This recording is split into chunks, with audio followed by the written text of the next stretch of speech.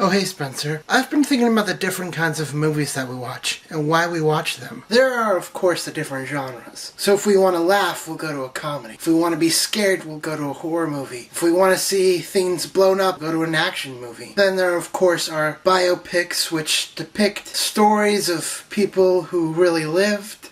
So there are different kinds of movies that tell different kinds of stories to suit what kind of story we want to watch. As you know, I'm a big fan of indie movies, and the movie I'm talking about today, Fruitvale Station, is one of those. One of the reasons I love indie movies is that they tell smaller stories, more personal ones. So instead of a ragtag team of superheroes that have to come together to save the world, it's a story about a 27-year-old woman living in New York who's trying to find her life and her career. Fruitvale Station is another personal story, but this one is about a person who really lived. This film is about the last day of Oscar Grant III's life. This film takes place from 12 a.m. on New Year's Eve until the morning hours of New Year's Day, and chronicles what Oscar Grant was doing on the last day of his life. Grant was a 22-year-old black man living in the suburbs of Oakland. Very much not me, a 23-year-old white dude living in the suburbs of LA.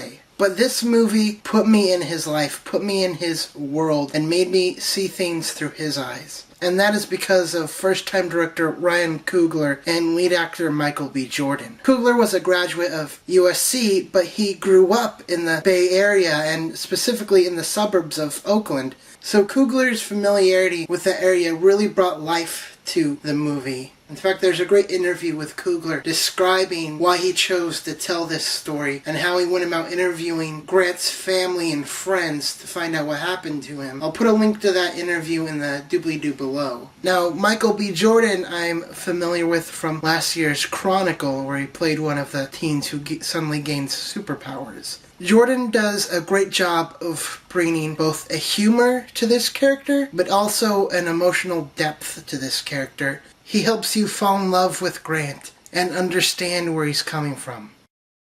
So I love this film because it fully immersed me in a world that's unknown to me, but is real and actually takes place here in real life. It's not some fantasy world where superheroes exist, or where the nerdy guy suddenly overcomes his nerdiness to get the hot girl. It's a real world with real people.